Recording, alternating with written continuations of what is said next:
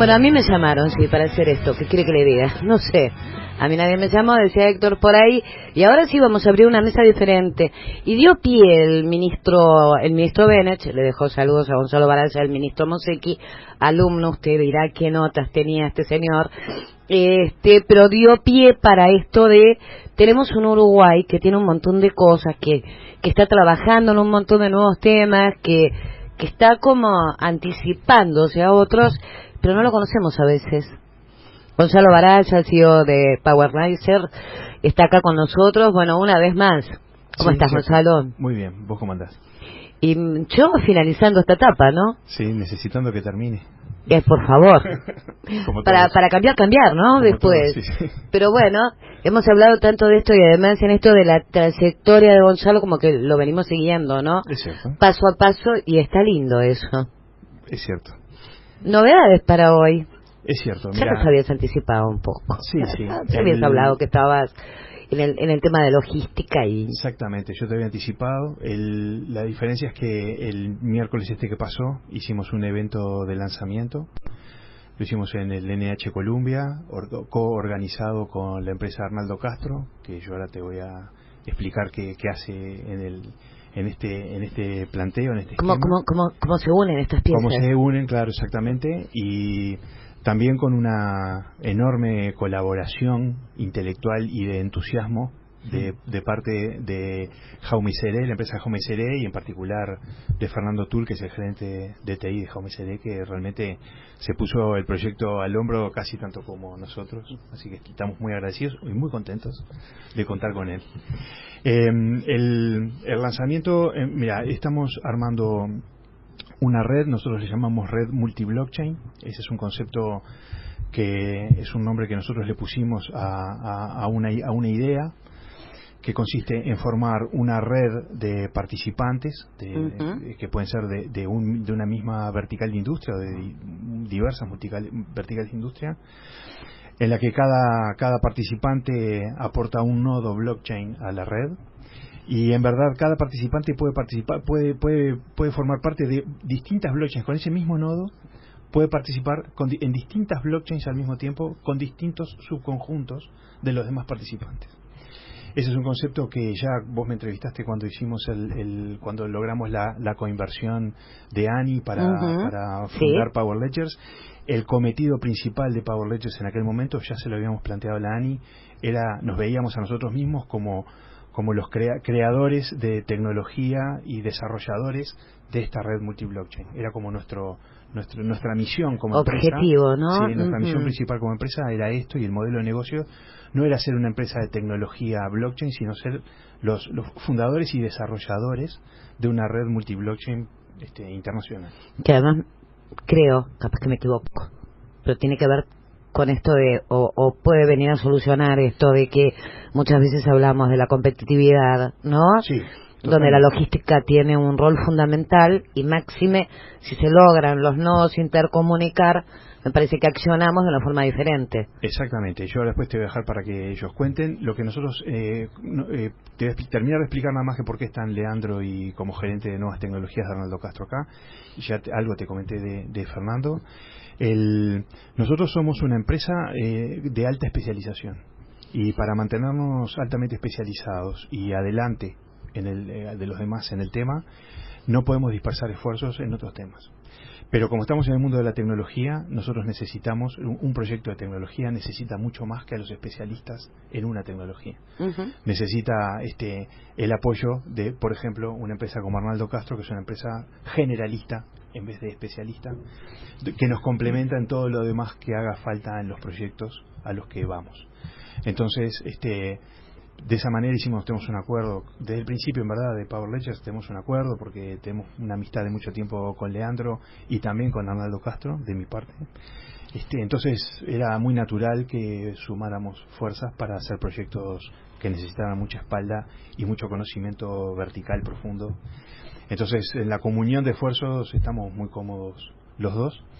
Y surgió felizmente que una de las cosas que también necesitábamos era, lo primero que necesitamos como empresa de tecnología para algo así, son clientes que crean en el tema y que se pongan el asunto al hombro como clientes, para que adopten la tecnología.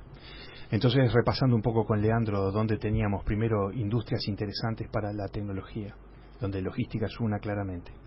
Y repasando conocidos y amigos y clientes de Arnaldo Castro y de amigos y nuestros, Fernando era un candidato, Fernando y Jaume Seré eran un cliente muy importante, muy atractivo, porque sabíamos que iban han formado parte de la cadena, ¿no? Sí, porque son una pieza muy clave en la logística en Uruguay, pero además sabíamos que en las cabezas de la empresa íbamos a tener gente que iba a tener la comprensión y la visión como para adoptar en forma temprana la tecnología y ayudarnos a mover el ecosistema.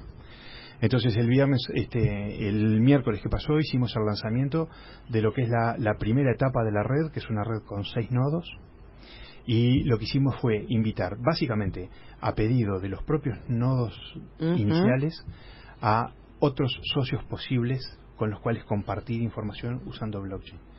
Y ahí por eso estamos con Leandro, que hace la parte de Arnaldo Castro en este tema, y con Fernando. Ellos también fueron expositores en el evento. Y ya está. Empiezo por Leandro. Bien. Bienvenido. Muchas gracias.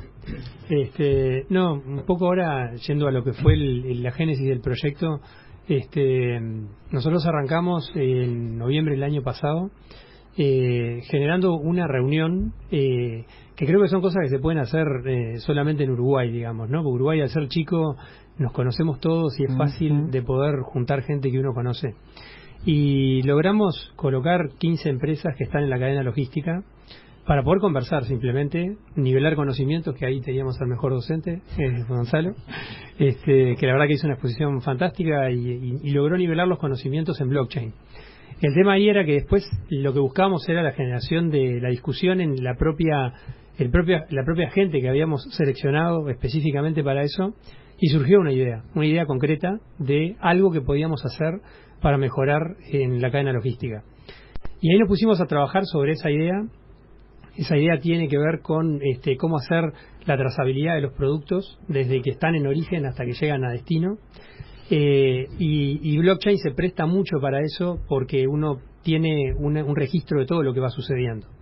Entonces ahí identificamos que teníamos que ir hacia el rubro de laboratorios, porque vimos que ahí es un espacio donde hay inversión, donde hay gente que quiere innovar y todo el tiempo, bueno, como los productos son muy sensibles, era un espacio muy confortable para ellos también para poder trabajar. Y bueno, ahí vinieron una serie de pasos, ¿no? Porque una de las cosas que tiene blockchain es que uno tiene que intentar que todo un ecosistema de empresas quieran trabajar, empresas y organismos, ¿no? Porque acá se empiezan a vincular público con lo privado, y todos tienen que estar de acuerdo en algo que sume valor, digamos, ¿no? Y entonces ahí empezaron una serie de pasos en el cual empezamos a encontrar primero cuáles podían ser ese primer grupo de nodos que comentaba Gonzalo, y después encontrar un caso que efectivamente pudiera agregarles valor. Y una vez que encontramos eso, ahí dijimos, bueno, ahora sí tenemos un proyecto sobre el cual podemos bajarlo a tierra, y ahí nos pusimos a implementar eso, ¿no? Entonces, creo que eso está bueno como experiencia futura, además, de que ya sabemos ahora cómo hacer para unir ecosistemas que puedan encontrar soluciones a cosas que hoy de repente les resulta muy difícil encontrar, ¿no? Y eso es como un clic cultural para Uruguay, ¿no? Porque sí, tenemos que partir de la base de la confianza, del ecosistema, de co-crear, de un montón de cosas que en un país que era individualista, chaclero, ¿no? Totalmente. Costaba un poco. Bueno, seguimos con la cadena. Fernando. Bueno, muchas gracias por la invitación. Como decía, bueno, gracias a Gonzalo por lo elogioso, muchas gracias. Bueno, nosotros como empresa de logística teníamos algunos inconvenientes. Teníamos que buscar dónde estaba el dolor de la información, dónde era que teníamos los puntos flacos que podíamos resolver con tecnología. La piedrita en el zapato. Exactamente. Y a ustedes también les juega, ahí sí juega lo público-privado, ¿no? Bueno, por supuesto. También. Sí, ni que hablar, que los organismos del Estado, empezando por la Dirección Nacional de Aduanas y siguiendo. Pero este proyecto, yo se lo comentaba a Gonzalo, yo le decía, tenemos que empezar un proyecto que sea realizable, en el corto tiempo realizable, que no quede en la palabra moderna blockchain. Todo el mundo habla de blockchain, pero nadie sabe lo que es blockchain. Entonces, un proyecto realizable. Nosotros identificamos con un cliente muy grande, una industria muy grande del Uruguay, bastante conocida, identificamos un problema de overhead administrativo.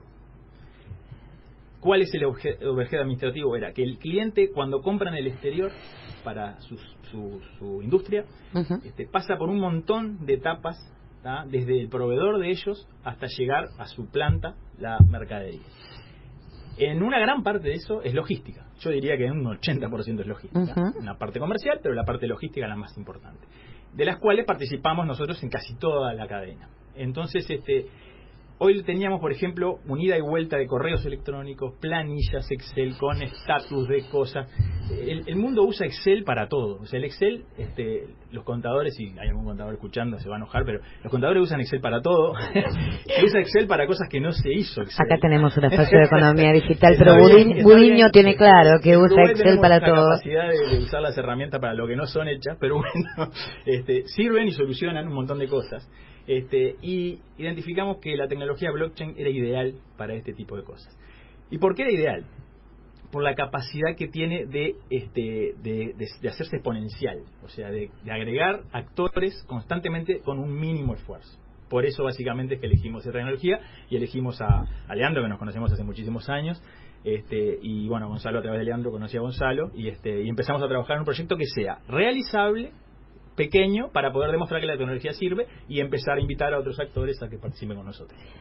¿Qué ventajas comparativas ofrece nuestro sistema Uruguay para poder hacer todo esto, no? Pero tenemos que empezar por acá. Instituciones públicas y privadas, tenemos todo lo que tenemos que tener como para empezar a crecer desde este lugar. Absolutamente. La experiencia no. Porque a veces te dicen, están dadas las condiciones necesarias, pero después nunca pasa.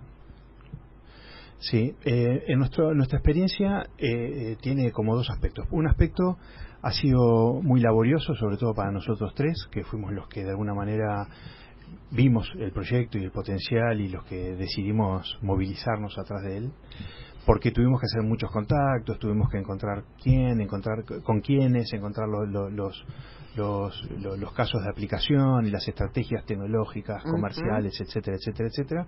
Hubo mucho esfuerzo, pero también fue mucho aprendizaje. Yo creo que futuros casos van a ser de mucho menos esfuerzo, por lo menos para nosotros, que tenemos mucho know-how adquirido. Sí, claro, porque ya echaron a andar, ¿no? Ya sabemos cómo, ya aprendimos muchos piques de cómo abordar un ecosistema y qué tenemos que pensar, qué cosas evitar, y etcétera. Pero por otro lado nos encontramos sí con que vos de repente entre Carrasco, como muy lejos entre Carrasco y la Ciudad Vieja, vos podés en una tarde visitar a una persona clave en un ministerio, a una persona clave en un operador, un despachante de aduana, a alguien que es un importador crítico, a una aseguradora.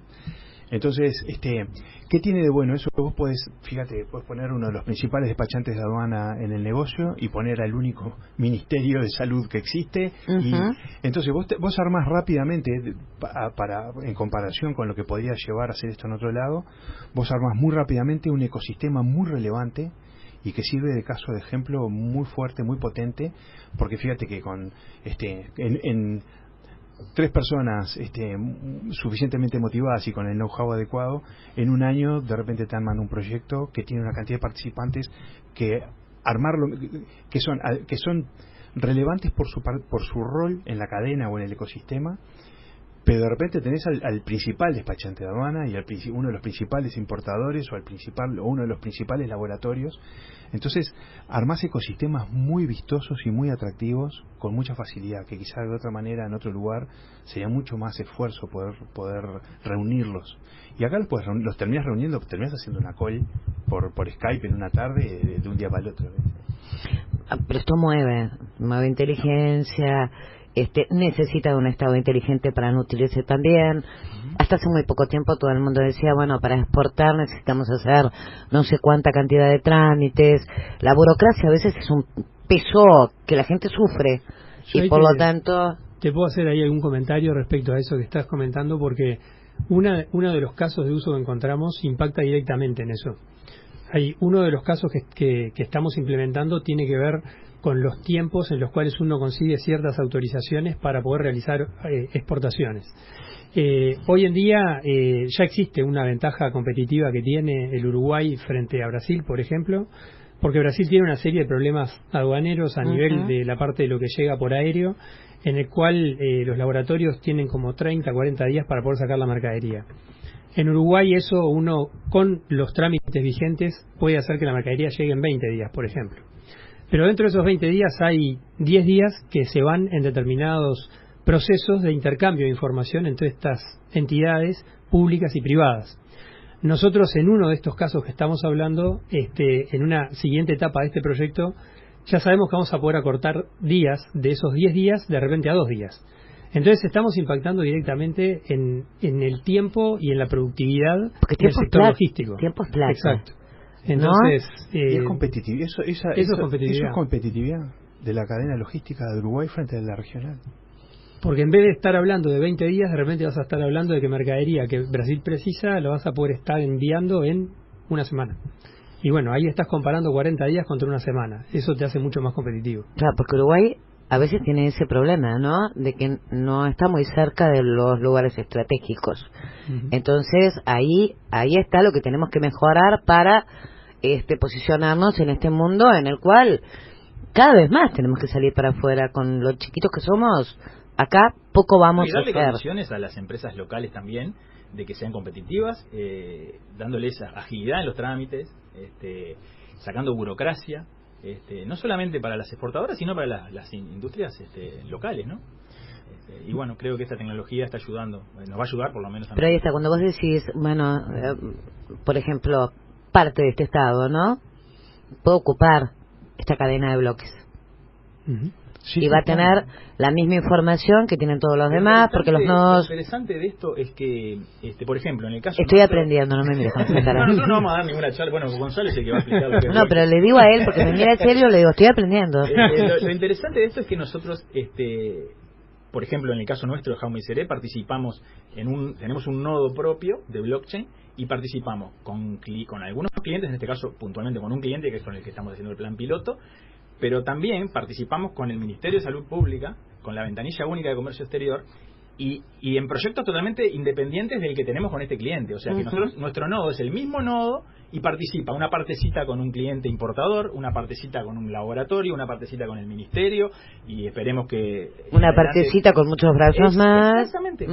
Y esa es la potencia que tiene, la escalabilidad, esa no me salía la palabra, la escalabilidad que tiene la tecnología de blockchain. Además estaban hablando de laboratorios hace un rato, que son empresas que se están expandiendo, se están afincando en nuestro país y por supuesto también tienen un montón de otros socios con los cuales van trabajando y este es un sistema nervioso inteligente bastante interesante. Creo que nosotros ahí además tenemos para aportarle a esa industria, ¿no? O sea, nos damos cuenta acá en cada reunión que vamos con Gonzalo visitando laboratorios que todos quedan tremendamente entusiasmados con ver el potencial que esto tiene.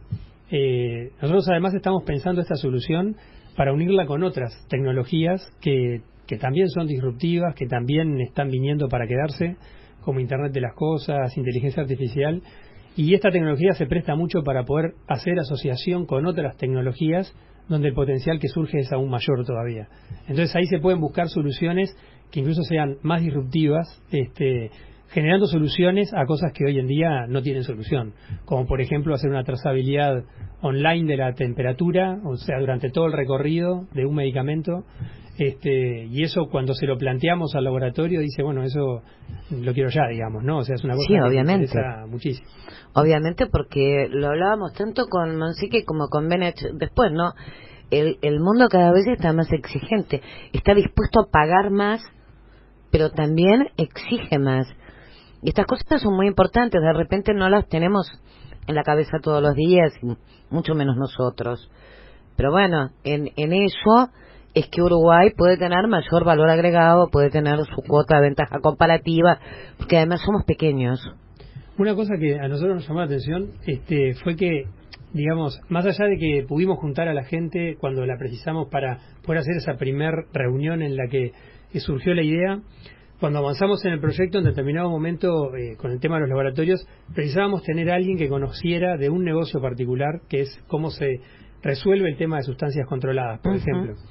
Y nos llevó muy poco tiempo, en 2 semanas, obtener una persona que ya la pudimos incluir dentro del equipo de trabajo, y esa persona ya forma parte del equipo. Entonces, es muy rápido hacer en pocos saltos uno ya llega a las personas que necesita para complementar la solución que se requiere, ¿no?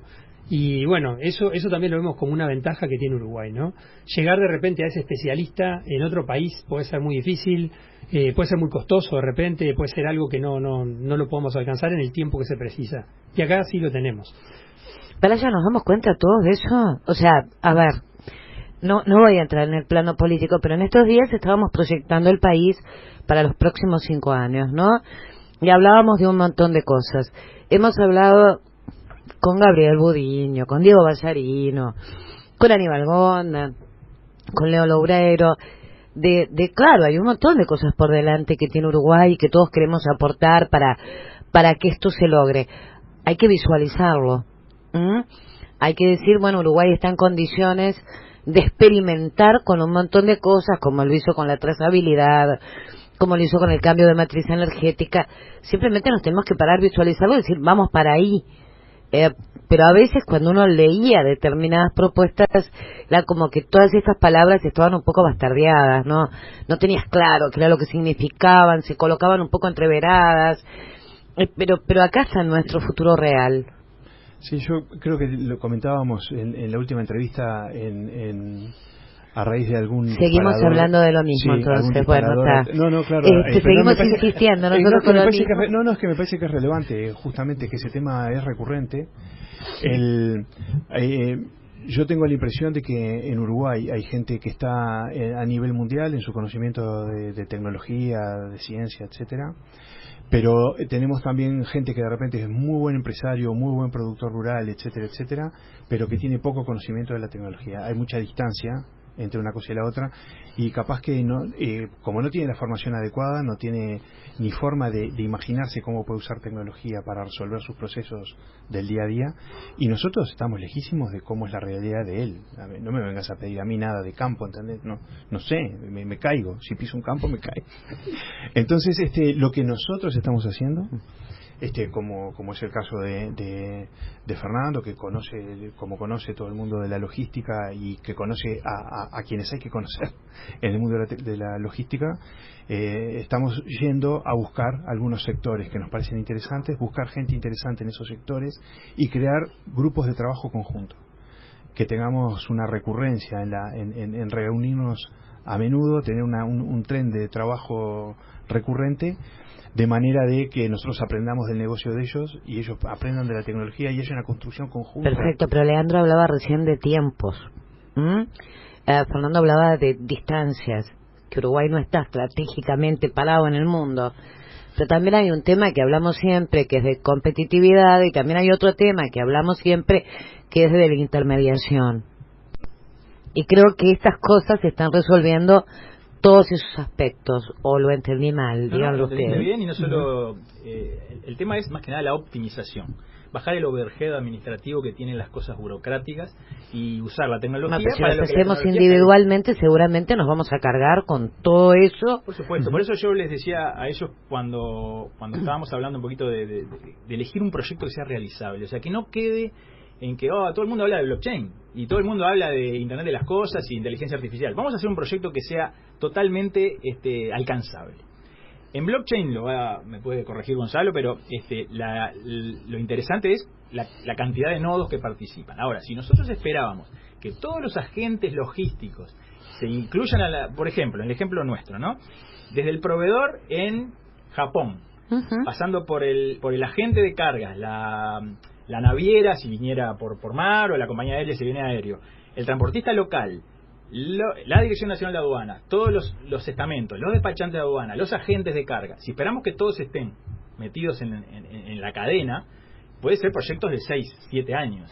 Entonces nosotros dijimos, bueno, a ver, Gonzalo, vamos a hacer 2 nodos, punto a punto. Yo tengo un problema con un cliente y lo quiero resolver. El cliente tiene el problema y quiere estar con nosotros en esta solución. Perfecto, usemos la tecnología. Cuando empezamos a demostrar que eso funciona, es muy fácil venderlo, en el sentido, entre comillas, venderlo, ¿no? Muy fácil que la gente empiece a subirse, que se suba un agente de cargas, que diga, pará, el proveedor, yo le quiero vender a esa empresa de Uruguay, me gustaría estar en esta blockchain. Y empezás a sumar, ¿tá? Y eso es lo importante de la escalabilidad que tiene la blockchain, ¿no? Sí, claro, después que uno de los puntos donde más se luce no es en la configuración inicial del proyecto, que bueno, los primeros 6 nodos, sino que cuando querés agregar el 7º y el 8º, es muchísimo más sencillo que si lo hicieras con tecnologías tradicionales. Ahí es como que se va acelerando el proceso. Ahí se nota salado. Y lo otro, que nosotros tenemos una apuesta importante a lo que se llama el efecto de red.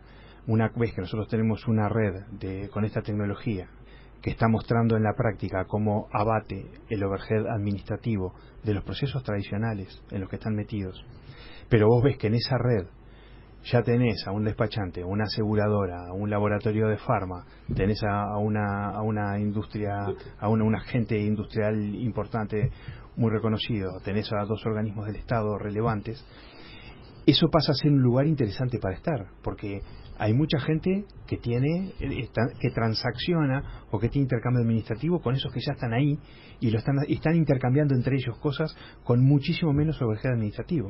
Entonces nosotros creemos que eso lo va a hacer muy atractivo. De hecho, bueno, siguen habiendo pioneros, ¿no? Claro, es que de hecho estos participantes quieren subir a más gente ya, porque la gracia de eso, de la blockchain, es esa, que cuando empieza a tomar sentido, cuando empiezan a participar muchos agentes en la cadena. ¿Ah? Pues si vos tenés dos puntos, bueno, con 2 puntos, en el mundo hay tecnologías probadas y comprobadas que funcionan para solucionar problemas punto a punto. ¿Ah? Pero la gracia de esto es que la escalabilidad es tan grande que vos empezás a sumar agentes, como decía Gonzalo, es tan sencillo incorporar. Si vos haces un punto a punto, tenés 1000 puntos a puntos, y entonces te complica. Exactamente. Y cada uno tendrá que hablar con cada uno y arreglarse a ver cómo te mando los archivos. Porque ustedes hablan y yo pienso en el Estado. No sé por qué me fui para ahí, ¿no? Claro. Pero pienso en el Estado, en todo lo que significa, ¿no? Y en todo lo complejo que puede llegar a ser justamente un punto a punto, que creo que es lo que actualmente tenemos. Lo que pasa es que el Estado creo que también participa en toda la cadena privada en distintos momentos en una intervención particular, ¿no? Entonces, si uno logra que entre en esas cadenas, como en este caso estaría entrando en este proyecto, esa intervención se hace mucho más sencilla para el Estado que como lo estaba haciendo antes, digamos, ¿no? Entonces ahí se logra una eficiencia, porque antes eso de repente había que hacerlo de una manera manual o más compleja, ¿no? Claro, pero lo que se trata de evitar justamente son problemas, inconvenientes. A mí me pasó hoy una cosa, quise comprar una blusa y me la complicaron mucho. Entonces le terminé diciendo, mira, te la voy a comprar así porque quiero evitar problemas y me la estás complicando. Chau. Y creo que lo que todos queremos es eso, es descomplicarnos, que las cosas sean muy ágiles y que podamos acceder. Hay mucha gente que dice, a ver, para mí es un Estado que tiene una carga tributaria muy fuerte, pero si fuera ágil y eficiente, a mí no me importaría pagarla, porque entonces yo voy ganando tiempo de otra manera. Pasa por ahí. Sí, igual voy a quebrar una lanza porque con el Estado uruguayo en los últimos años, no sé cuántos, la verdad, porque no lo sé, no es que yo venga, es algo que de pronto tengo claro que ocurre, tiene un nivel de digitalización muy avanzado. Ellos no están usando todavía blockchain, pero a mí me consta que saben que existe y lo están mirando con cariño. Porque era lo que te iba a decir. A ver, el Estado también es productor de inteligencia. Nosotros tenemos un proyecto, nosotros mismos tenemos un proyecto de verdad con el Estado para temas de registros públicos de inmuebles. Ya está ocurriendo, esto está ocurriendo. Pero lo que te quiero decir es que ese nivel que ya tiene tan avanzado de digitalización crea precondiciones muy favorables para que ahora vos aparezcas e introduzcas estas otras tecnologías, porque ellos tienen tan digitalizados sus procesos que resulta muy fácil. Imagínate un Estado que tuviera con papel y lápiz los procesos de despacho, ¿cómo vas a meter blockchain ahí? ¿Qué les vas a ir a hablar de blockchain? Bueno, pero lo que pasa es que el papel y lápiz, convengamos, se borra con la gomita al lápiz y después empiezan todos los problemas de desconfianza, de falta, ¿no?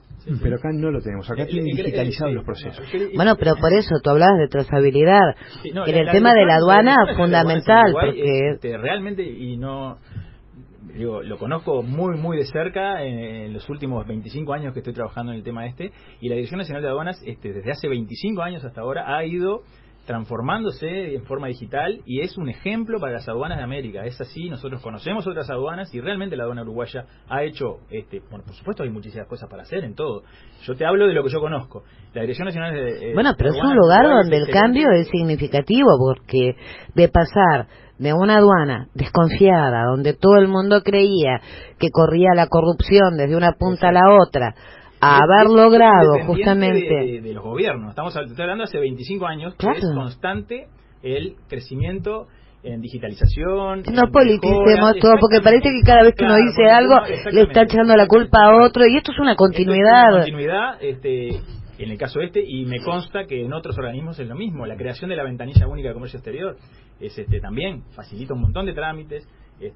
Los organismos se están subiendo a este nuevo proceso y bueno, que era pesadísima hace muy poco tiempo. A mí hay un punto que me gustaría retomar de algo que decía Gonzalo hace un ratito, que me parece súper relevante en el cambio cultural.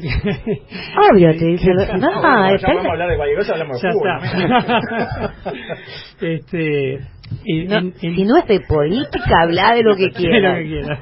No, de fútbol hoy tampoco. No, lo que quería... No, estoy mirando el escudito que tenés allá arriba y me encantó. No, el partido. Hola. El partido anoche, el partido.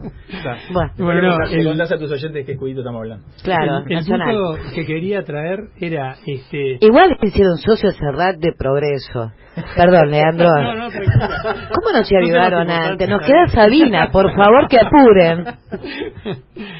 No, hay un tema que es importante en esto, que es antes había un concepto en el cual existía el que conocía del tema, el que le llamamos el funcional, que es el que conoce el agro, el que conoce de logística, el que conoce el laboratorio, ¿no? Sí. Y por otro lado teníamos al de IT, al de tecnología, ¿no? Entonces siempre teníamos que el funcional le pedía cosas al de IT, o el de IT le ofrecía cosas al funcional. Eso es histórico, que siempre fue así. Ahora eso cambió, se modificó y desapareció. Ya no existe más en el mundo moderno eso. Ahora el funcional no sabe que existen ciertas soluciones tecnológicas que le pueden solucionar problemas que tiene, y el de IT no conoce los problemas que tiene el funcional. Entonces, lo que nos ha ido pasando sistemáticamente en este trabajo que hemos hecho es que nos unimos las dos partes para encontrar las soluciones. Ninguna de las soluciones que estamos hablando surgieron mágicamente de la cabeza de alguno de los que estaban, sino que surgió de esos N intercambios en los cuales... no había un iluminado, había una cadena de equipo de trabajo que cada uno aporta en forma multidisciplinaria su visión de la cosa. Y ahí es que surge después la idea, ¿no? Porque cada uno tiene un granito para poder aportar. Qué buena idea, Leandro, de sociedad, ¿no? Si la entendiéramos en todos sus conceptos. Bueno, el tema es que hay otra cosa que se relaciona con blockchain, que es blockchain no tiene otra forma de hacerse que no sea de esta manera. En otras tecnologías se puede hacer de no esta existe forma. un banco central pero para blockchain. En blockchain no hay otra. Si no se pone de acuerdo... Eso complicaba, Vergara, siempre con... es muy difícil lograr hacer que eso funcione, ¿no? Pero lo bueno de eso fue que en algún momento también dijeron, bueno, a ver, se vienen un montón de cosas de las cuales no estamos preparados para, y entonces tenemos, como dijo Leandro, tenemos que empezar a preguntar, ¿no? Acercar a la gente que está trabajando, ver cómo viene, si en realidad el cambio es potencial y viene muy rápido, y entonces tenemos que actuar. Eso me parece que está bueno, ¿no? En algún momento tendremos que buscar que todos los actores de la cadena digamos lo mismo, actuemos en consecuencia. Sí, nosotros tenemos experiencias en una vertical, por ejemplo, directamente dos, seguramente si hago memoria encuentro más, de gente de alguna vertical de otra área de actividad que me vino a buscar expresamente, porque me dice, mira, estamos con cierto tipo de... Nos sentimos amenazados, o en un caso me dijeron, nos sentimos amenazados y estamos convencidos que solo salimos con tecnología de esa situación de amenaza. Y en otro caso me dicen, sabemos que hay un montón de oportunidades, pero no entendemos de esto.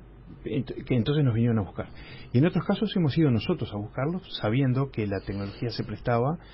Entonces, quién buscó a quién no importa mucho, lo que importa es que encontrar un ambiente fértil del otro lado, como para decir, perfecto, hagamos una primera reunión y veamos, y después viene una segunda reunión, y después viene una tercera reunión, y cuando querés ver, constituiste un grupo permanente de trabajo, donde lo que estás haciendo es mapeando los puntos de dolor de la vertical o de la cadena de valor, mapeando esos puntos para decir, bueno, con qué tecnologías o con qué combinación de tecnologías le podíamos pegar.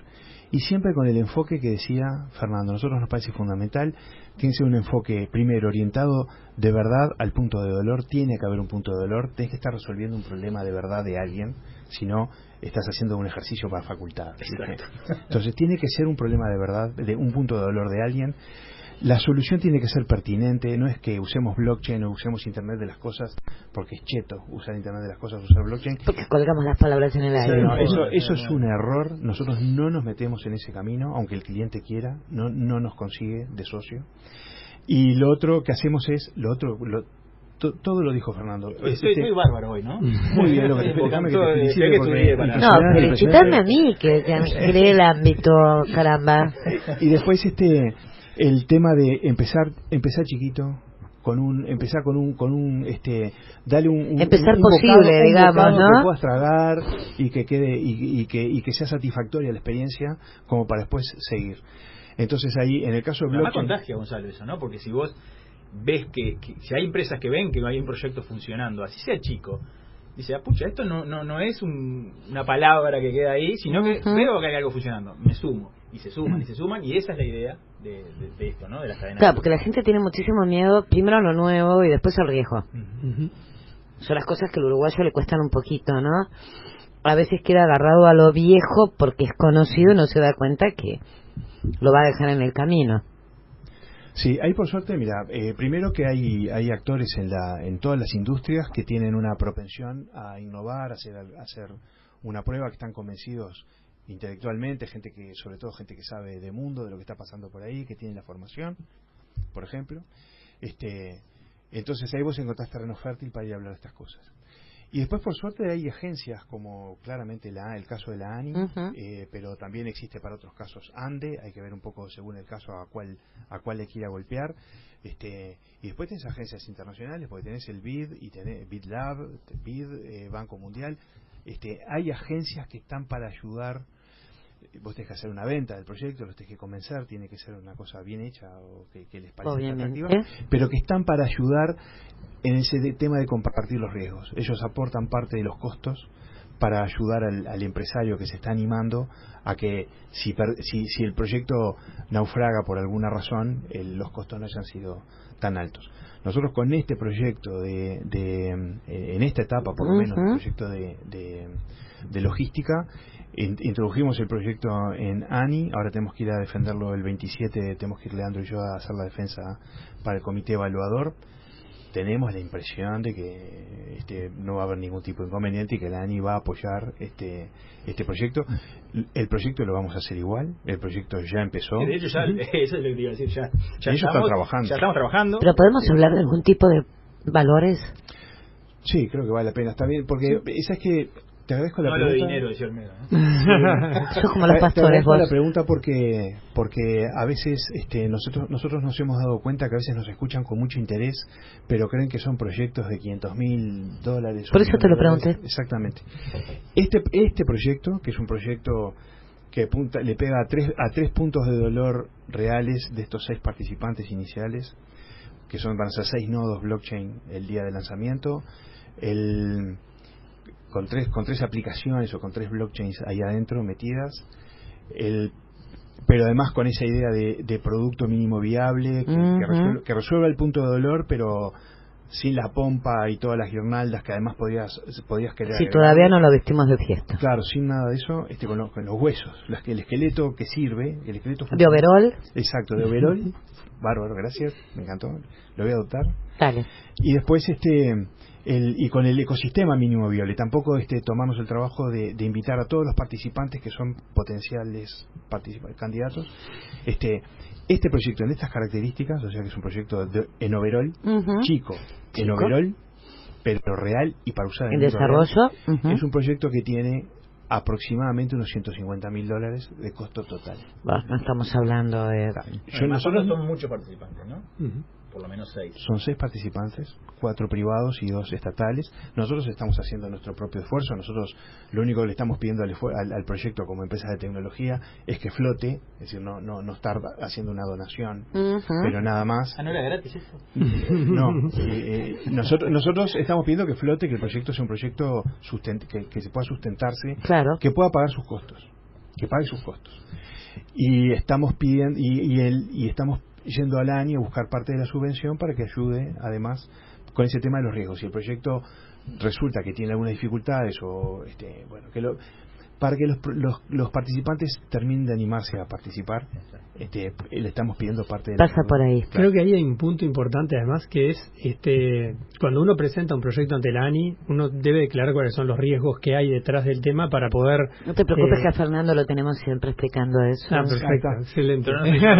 Es Fernando Brum. Bien.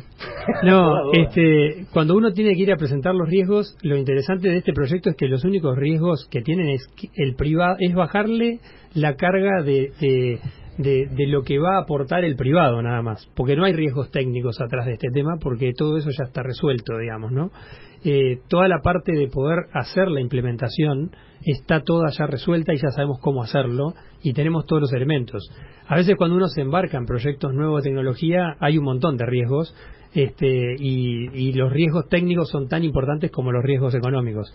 Acá en este caso el único tema es animarse y nada más. O sea, no hay burbujas acá. No, todo porque palpable. A veces viste que te parece que todo es futurista. Bueno, no hay burbujas. De que sean proyectos viables, mínimos viables. Con los pies en la tierra. Cuando vos ves que algo funciona, te empezás a contagiar. Entonces claro, las empresas cuando vean que, pará, si estos dos lo hacen, ¿por qué no puedo estar yo ahí? Y así empezás a sumar a gente. Pero que es muy por eso te decía, primero pioneros, primero la idea, los pioneros, y después el otro que está ahí, ¿no? ¿Será? Y bueno, pero cuando ve que la cosa es sólida, confiable, bueno, entonces de que sea palpable y concreto. El otro día, cuando hicimos el lanzamiento, en este vínculo que hacemos de las tecnologías, ¿no? Una de las que estamos incluyendo rápidamente es Internet de las Cosas. Surgió con un cliente que nos planteó que quería tener una trazabilidad de por qué lugares iba pasando la mercadería hasta que llegaba a destino. Y en lugar de usar una PPT que la armamos ahí buscando imágenes de internet, digamos, lo que hicimos fue sacar una impresión de pantalla de una solución que hoy ya existe, que permite hacer eso colocándole un sensor adentro de la caja y que eso permite ver por todos los lugares donde estuvo. Entonces, eso al auditorio, después nos lo decían cuando terminó el lanzamiento, le generó mucha confianza, porque no estábamos mostrando algo que se podía hacer. Estábamos mostrando algo que ya funciona, que nosotros podríamos llegar a hacérselo funcionar acá, digamos, pero que ya estaban dando, ¿no? Entonces, sí, no es la cosa de que inventamos todo para que, ¿no? Tengamos nueva, pero está probada. De hecho, Gonzalo tiene proyectos ya funcionando. Entonces no hay riesgo técnico, como decía. El riesgo técnico existía cuando hicimos la coinversión de ANI. En aquel momento no teníamos nada, teníamos la idea, teníamos la convicción. ¿Cuándo te conocí? Ya hace mucho tiempo eso, vamos a ver qué pasa. Claro, teníamos la convicción. No, es que no hace tanto tiempo. Noviembre del... es que esto es tan rápido que ya... La ANI aprobó el proyecto nuestro el 31 de enero del 18. Y en aquel momento ¿Viste que no hace tanto tiempo? Claro, existía riesgo técnico y era importante para el ANI. Eso fue un elemento que ayudó a convencer al ANI, porque el ANI quería ver riesgo técnico. Sí. Y lo que pasa es que nosotros en todo este tiempo hemos estado trabajando justamente para desarrollar y poner a prueba la tecnología, y hoy en día la tenemos y sabemos que funciona. Entonces, ese riesgo en este momento no está mitigado. De hecho, en aquel momento nosotros trabajamos... Está mitigado. No está. ¿Qué dije? No está mitigado. Está. No está presionado. Tomalo en cuenta para cuando vayas a defender el proyecto a la ANI, no vayas a decir eso, te pido por favor. Por suerte eso ya lo lleven carteles. No, yo no tengo nada que ver, son ellos los que están. Claro, ese tramo de proyecto está terminando ahora, el 30 de noviembre, que fue el tramo en donde el ANI nos ayudó a desarrollar la idea y a volverla real y probarla.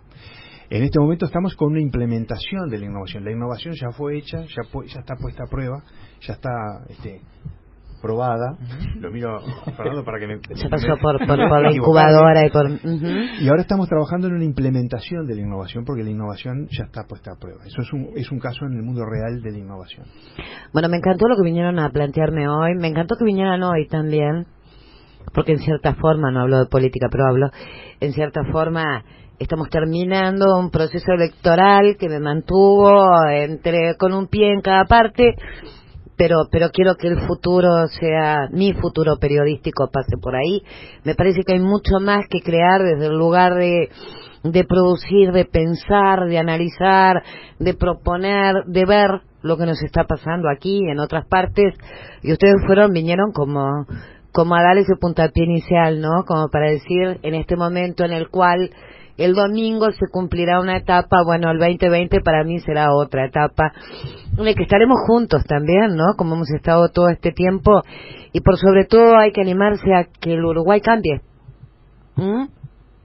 A encontrar esos lugares de dolor en determinados temas que tienen que ver con lo político, lo social, lo educativo, todas esas cosas que si le ponemos onda, cabeza, corazón, razón, me parece que vamos a estar solucionando mejor y que nos vamos a necesitar todos juntos, o sea, eso ya los incorporo.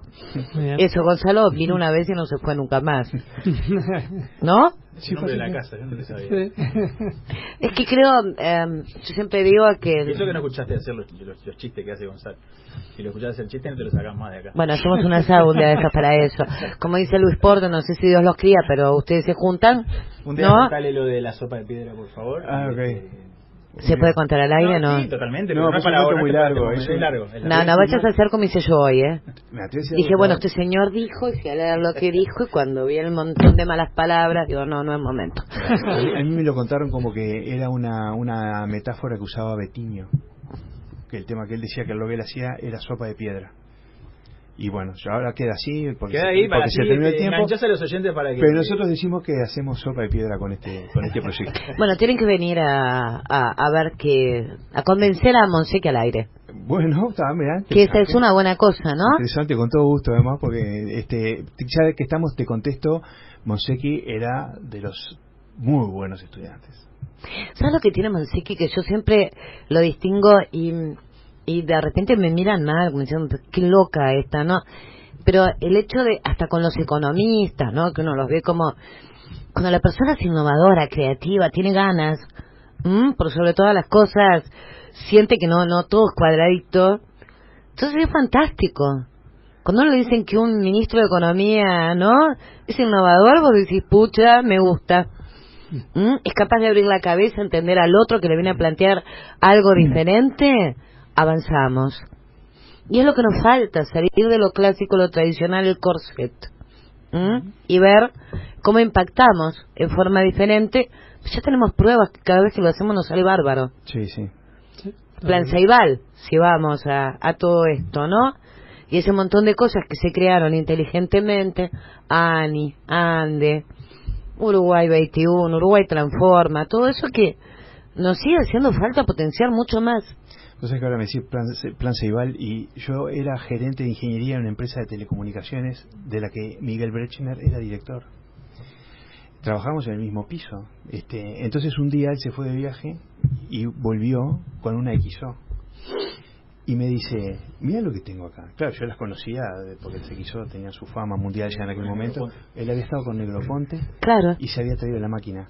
Y me dice, voy a hacer un proyecto de estos acá. Le pensé las mismas dos cosas que pensás siempre con Miguel. Primero pensás, está loco, y lo siguiente que pensás es, ¿y este loco se va a salir con la suya?